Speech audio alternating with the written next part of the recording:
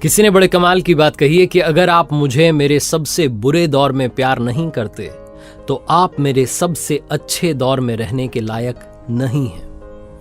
नमस्ते दोस्तों, मैं हूं आरजे कार्तिक। एक बार एक शिकारी जंगल में पहुंचा। शिकार करने के इरादे से उसने अपने तीर पर बहुत खतरनाक वाला जहर लगाया और शिकार को निशाना बना करके उसने वो तीर छोड़ा, लेकिन उसका तीर चूक गया और जाकर के लगा एक पेड़ में।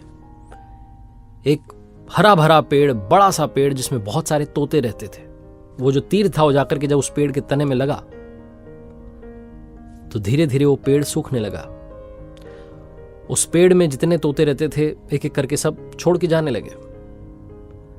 उस बड़े से पेड़ की कोटर में एक बहुत बूढ़ा तोता रहता था जो धर्मात्मा था, बड़े अच्छे मन का था।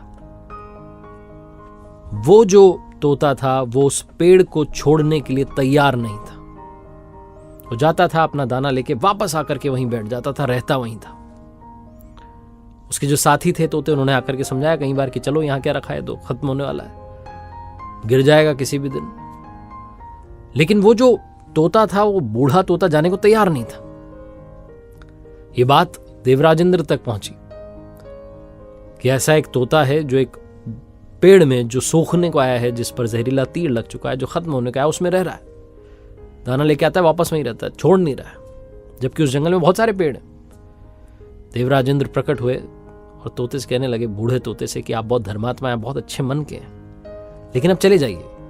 वहां तालाब के पास में बड़े बड़े पेड़ हैं, हरे भरे हैं, उनके कोटर भी बड़े बड़े हैं, उन पेड़ों पर फल भी लगे हैं। आपको कहीं जाना ही नहीं पड़ेगा, आपका काम आराम से हो जाएगा। आप दाना खाएं, फल खाएं, जो खाना है खाएं, यहां से चले जाएं। जो तोता था उसने कहा कि क्षमा कीजिएगा, लेकिन आप ऐसी बात कैसे कर सकते हैं? इस पेड़ ने मुझे जीवन दिया, शिकारियों से मेरी रक्षा की, मेरी जान बचाई, हर मौसम में मेरे साथ रहा। ये कोटर मेरा घर है।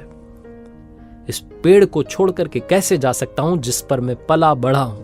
आज इस पर संकट आया तो क्या मैं इसे छोड़ करके चला जाऊं? मैं ऐसा कभी नहीं कर सकता।